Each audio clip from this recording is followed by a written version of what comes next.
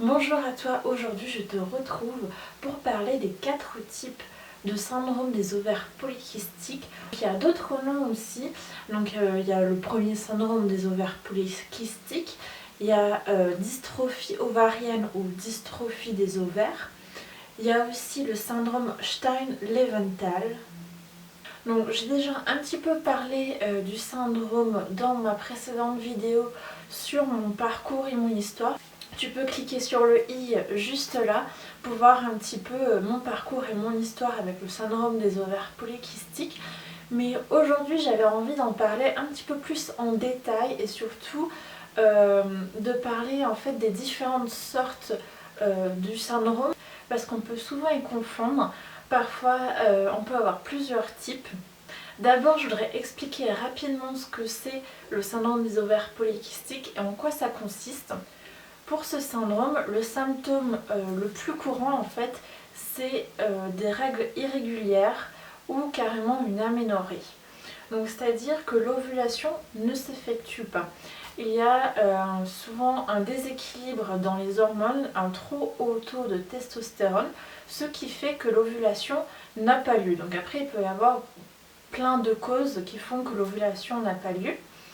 Mais comme l'ovulation ne se fait pas, le follicule qu'il y a dans l'ovaire, parce qu'avant de devenir une ovule, c'est un follicule, en fait le follicule ne se transforme pas en ovule et reste sur les ovaires. Donc c'est ce qu'on appelait à l'époque kyste, parce qu'en fait on ne savait pas exactement ce qui se passait et on voyait plusieurs masses sur les ovaires. Mais en fait c'est pas les kystes, c'est juste les follicules qui s'agglutinent en fait, vu le nombre de fois où il n'y a pas eu d'ovulation, à ce moment-là, voilà, ça s'accumule sur les ovaires et ça peut provoquer plusieurs troubles. Donc, qui dit pas d'ovulation dit pas de fécondité, pas de fertilité. Après, c'est pas définitif. Il peut y avoir des ovulations, mais c'est plus rare. Les principaux symptômes du syndrome qui s'appliquent à tous les types, en fait, ce sont des menstruations peu fréquentes ou irrégulières. Donc voilà, des cycles irréguliers. C'est aussi, ça peut être parfois une absence totale de règles, donc là carrément une aménorrhée. Ça peut être aussi parfois des saignements excessifs, donc qui durent pendant une semaine voire plus et très abondants. Je regarde en bas parce qu'en fait j'ai mon portable où j'ai fait quelques notes. Une autre chose qui peut arriver, donc, c'est l'augmentation du volume des ovaires. Ça s'explique par le fait qu'il y a les follicules qui s'accumulent sous l'ovaire. Donc au bout d'un moment, elle grossit. Donc après, il faut voir, parfois il peut y avoir des risques après de cancer, donc c'est à surveiller. Et bien sûr, un des symptômes qui souvent est le plus dramatique pour nous les femmes, c'est l'infertilité. Bon, quand on n'est pas en âge de procréer ou qu'on n'a pas envie d'avoir d'enfants, c'est pas très grave, mais quand on a un désir d'enfant, c'est vrai que ça devient très compliqué à vivre. Donc c'est pas une fatalité, on n'est pas forcément infertile à vie. Il y a beaucoup de femmes qui arrivent à avoir des enfants en ayant le syndrome, mais voilà, il faut juste savoir qu'il y aura beaucoup plus de difficultés puisque il y a moins d'ovulation et donc de périodes où on est féconde. Alors le premier type de syndrome des ovaires polykystiques, bon je vais dire SOP à chaque fois parce que sinon c'est trop long à dire. Donc le premier type, c'est celui avec la résistance à l'insuline, c'est-à-dire l'insulinorésistance. Donc j'explique rapidement ce que c'est l'insulinorésistance, c'est-à-dire que quand on mange des aliments, pour que le sucre soit absorbé et entre dans la cellule, il faut qu'il y ait de l'insuline. Donc c'est-à-dire que le pancréas il va sécréter de l'insuline. Il va y avoir un récepteur sur la cellule qui va dire ok, il y a de l'insuline, du coup le sucre peut passer dans la cellule. Le fait d'être résistant à l'insuline, c'est-à-dire que le récepteur ne reconnaît plus l'insuline. Et du coup le pancréas il produit de l'insuline parce que dans le sang il y a trop de sucre et que du coup il faut réguler la glycémie. Sauf que le problème c'est que le récepteur ne le reconnaît pas et du coup le sucre ne peut pas rentrer dans la cellule. Donc le sucre reste dans le sang, ce qui fait des pics de glycémie. Éventuellement après un moment le sucre est stocké dans le corps parce que il ne peut pas être assimilé. Ok, mais quel est le rapport alors avec la résistance à l'insuline et le syndrome? Ben en fait, c'est que le taux d'insuline et de leptine empêche l'ovulation et ça stimule aussi les ovaires à produire plus de testostérone. Qui dit plus de testostérone dit moins d'estrogène et de bonnes hormones pour effectuer l'ovulation. La testostérone en trop grande quantité bloque l'ovulation. Ce type de syndrome il peut être provoqué par plusieurs choses. Premièrement par le sucre, puisque c'est ça le fond du problème.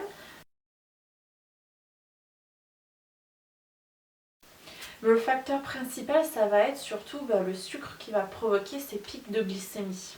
Les symptômes associés à ce type de syndrome, donc il y a les symptômes principaux que j'ai énumérés tout à l'heure, auxquels s'ajoute cela. Donc il peut y avoir l'obésité, du surpoids, ou alors de la difficulté à perdre du poids, ou alors aussi on peut voir l'effet yo-yo de la prise de poids, la perte de poids avec les régimes, si on fait des régimes ou pas. Il peut y avoir aussi comme symptôme l'acné, une acné voire sévère, et parfois aussi même de l'agressivité. Donc les solutions pour ce type de syndrome, vous l'aurez deviné, bannir le sucre. Mais vraiment bannir le sucre. Surtout le sucre raffiné.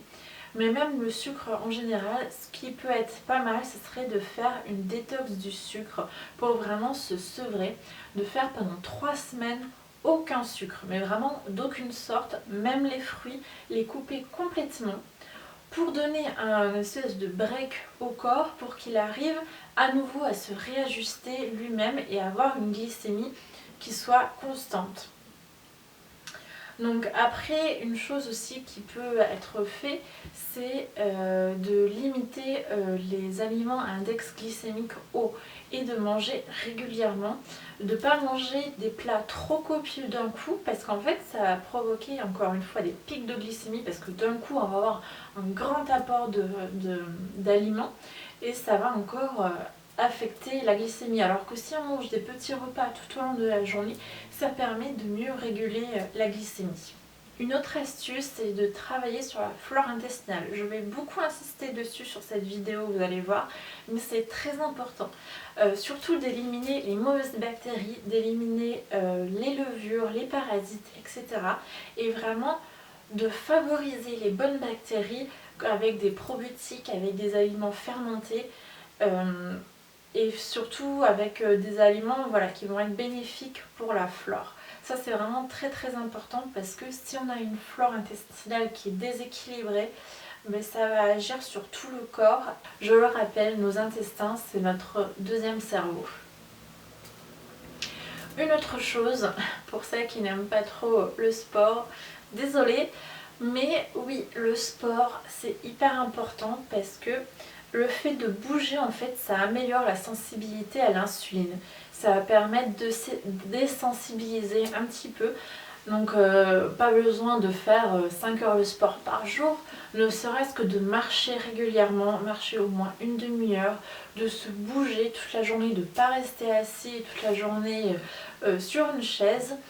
Voilà, le fait de bouger, ça va vraiment permettre aussi de faire bouger le corps, de faire bouger les toxines et de remettre un petit peu les choses en place. Dernière chose, le magnésium aussi, ça peut être bénéfique pour une sensibilité à l'insuline, donc à tester avec peut-être du chlorure de magnésium qui est pas mal. C'est horrible à prendre, ça a un goût dégueulasse, mais bon, il faut ce qu'il faut.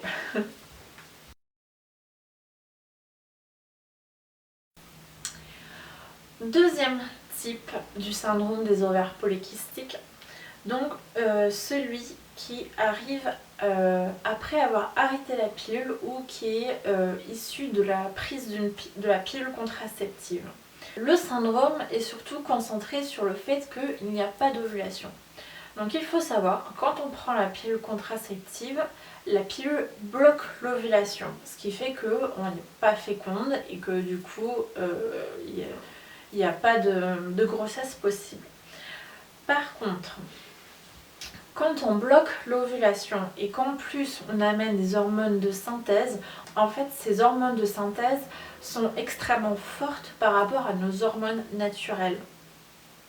Donc au bout d'un moment, en fait, le corps va se dire « Ah ben en fait, il y a les hormones de synthèse, donc moi j'ai plus besoin de produire des hormones. » Donc de plus en plus, bon, ça n'arrive pas chez tout le monde, je vous rassure, mais chez certaines personnes, le corps peut devenir feignant et ne plus produire autant d'œstrogène et de progestérone parce qu'il se dit qu'il y a les hormones de synthèse. Donc ce qui fait que quand on arrête la pilule, ben en fait le corps il n'arrive plus à prendre le relais parce qu'il n'a plus été habitué à avoir une ovulation. Donc c'est pour ça que certaines personnes, quand elles arrêtent la pilule, pendant 6 mois, 8 mois, 1 an, voire 2 ans, n'ont plus de règles, n'ont plus de cycle, parce que le corps ne produit plus assez d'hormones et qui n'est plus capable d'assurer le cycle féminin. Donc les symptômes associés à ce type de syndrome, c'est une anovulation ou alors des règles irrégulières après la fin de la prise de la pilule. Ça peut être aussi une peau grasse, mais une peau grasse qui est aussi déshydratée. Donc c'est-à-dire que ça peut être gras sur la zone T et vraiment très déshydraté sur les autres zones du visage. Il peut y avoir aussi l'apparition d'une acné qui souvent est forte. Alors il faut faire attention parce que ça n'arrive pas du jour au lendemain. C'est-à-dire que du lundi j'arrête la pilule, mardi j'ai des boutons qui sortent. Parfois ça peut mettre quelques mois pour s'installer. Au début on a 2-3 boutons par-ci par-là et au bout de 6 mois on a de l'acné kystique sévère. Donc ça n'arrive pas à tout le monde, ça peut arriver, mais voilà, il faut faire le lien aussi avec la prise de la pilule. Souvent quand on a arrêté la pilule, en fait ça arrive un petit peu tardivement l'acné. On peut avoir aussi des troubles de la pilosité, donc de l'hirsutisme, c'est-à-dire avoir des poils à des endroits où on n'est pas supposé en avoir nous en tant que femme. Donc ça va être des poils là où les hommes en ont en fait sur le visage, ça peut être sur le ventre, d'autres endroits après, je sais pas. Peut y avoir aussi une perte de cheveux ou alors les cheveux qui deviennent fins. Et dernier symptôme, ben voilà, problème de fécondité puisque il n'y a plus d'ovulation. Donc les solutions, la première chose que je conseillerais absolument si vous croyez avoir ce type de syndrome après avoir arrêté la pilule, c'est absolument de faire un bilan hormonal. Au moins pour mettre toutes les choses à plat, pour être sûre et certaine de savoir exactement vos hormones, comment elles fonctionnent, qu'est-ce qui se passe dans votre corps, pourquoi il n'y a pas d'ovulation. Je dirais même pour tous les autres types de syndromes qu'un bilan hormonal est vraiment bénéfique. Donc après, souvent les gynécologues ce qu'ils vont vous proposer c'est de reprendre la pilule contraceptive. Mais je trouve que c'est contre-productif puisque justement la pilule contraceptive bloque l'ovulation et c'est pas ce qu'on veut.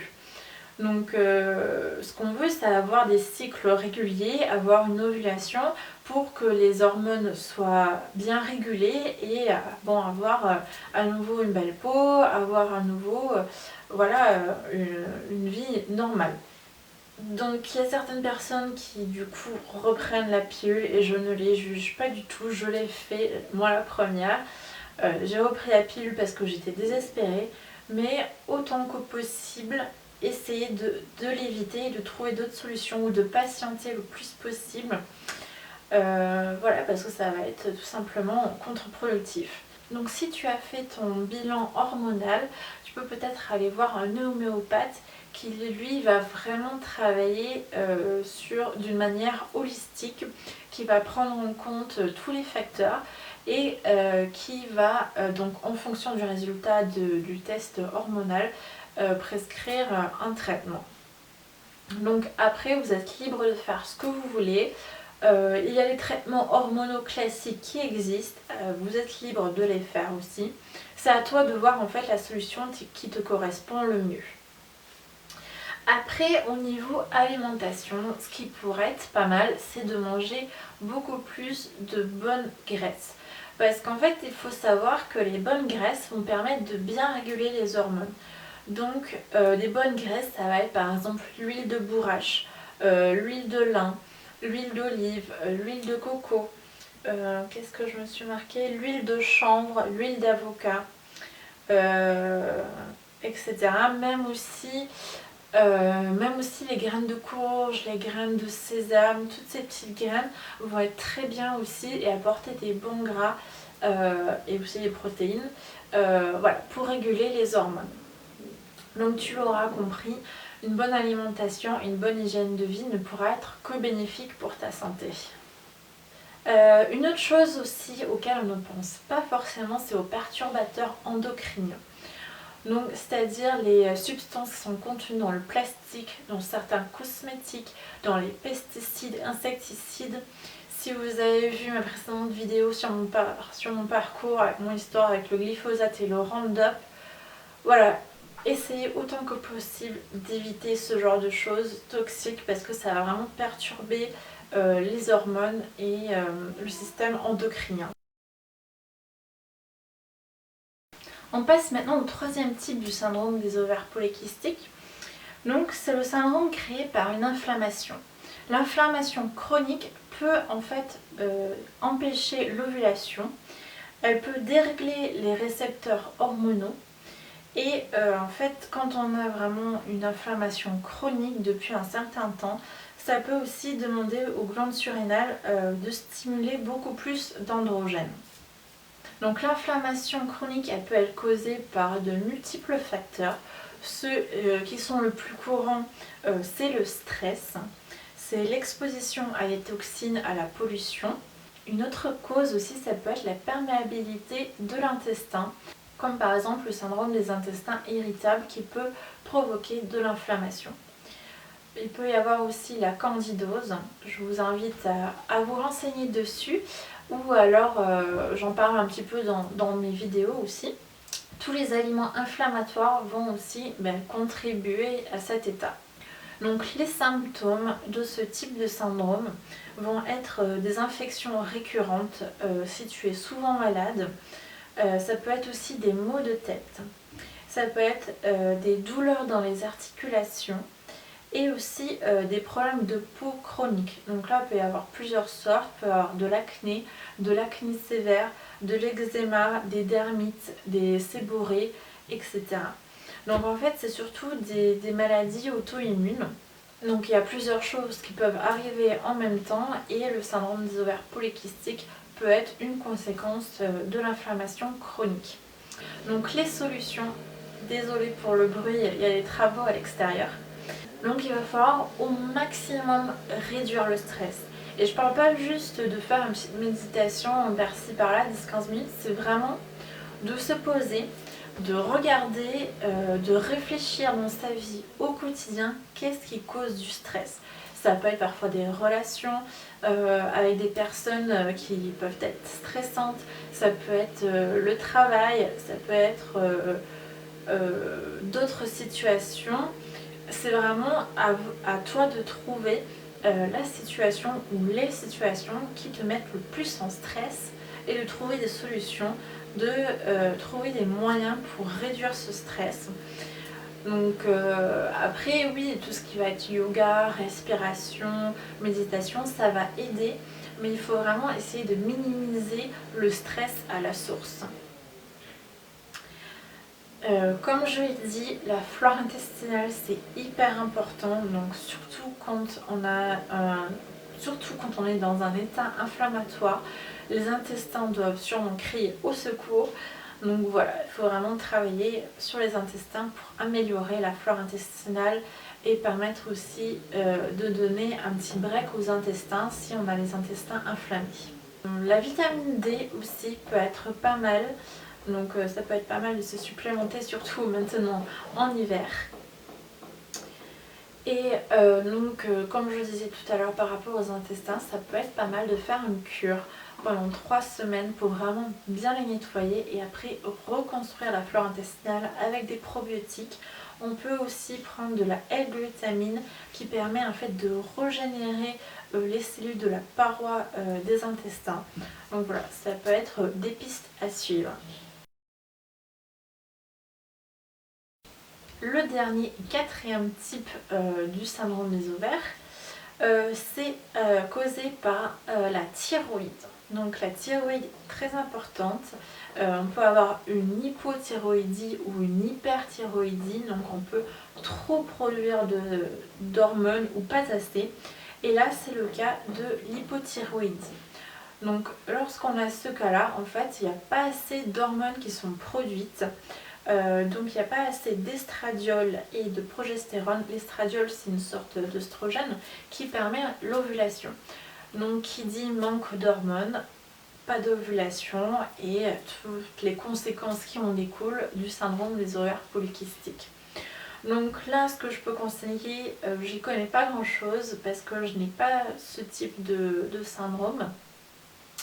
Mais ça serait absolument de faire un bilan thyroïdien chez un médecin et ensuite de consulter. Je suis désolée, j'ai pas trop de solutions pour ça, il faudrait que je fasse plus de recherches. Si jamais je trouve quelque chose, je le mettrai par là, ici, je l'inscrirai sur la vidéo ou alors dans la barre d'infos.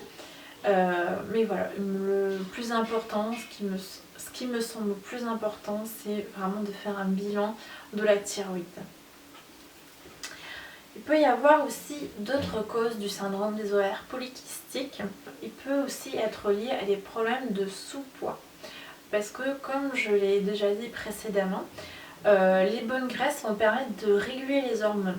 Donc si on est en sous-poids, on n'a pas assez de masse graisseuse pour réguler les hormones et du coup il n'y a plus d'ovulation qui se fait. Il faut savoir aussi que l'ovulation ça prend beaucoup d'énergie. Il faut avoir de l'énergie et des forces pour qu'elle puisse arriver. Donc quand on est en sous-poids, on est souvent, on n'a pas l'énergie. Une autre cause peut être des carences en vitamines ou en minéraux. Donc là pareil, comme je l'ai expliqué, pour l'ovulation il y a besoin d'énergie.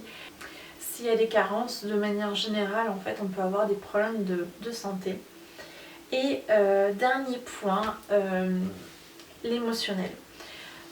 Par exemple, il n'est pas rare que parfois, quand on a un choc émotionnel, on n'a pas ses règles. Tout simplement parce que le choc émotionnel va être mal vécu, ça peut être un deuil, ça peut être un accident, ça peut être peu importe. Pourquoi j'en parle par rapport au syndrome? Parce que ça peut arriver une fois, mais ça peut s'installer si on ne règle pas ce problème-là. Si on ne va pas chercher de l'aide et si on le vit très mal, ce choc émotionnel en fait il va s'étaler dans le temps et du coup le syndrome peut s'installer. Donc voilà, j'espère que ça t'éclaire un petit peu plus sur le sujet. Je précise que je ne suis pas une professionnelle et que je vous partage ce que j'ai appris moi. On peut avoir un ou plusieurs types du syndrome des ovaires polykystiques. Un peut en entraîner un autre. Je t'encourage à faire tes propres recherches et surtout à vérifier mes propos parce que je vous partage mes recherches personnelles et mon expérience. Si tu as d'autres questions, n'hésite pas à les mettre en commentaire. Et d'ici là, prends bien soin de toi et je te retrouve pour une prochaine vidéo.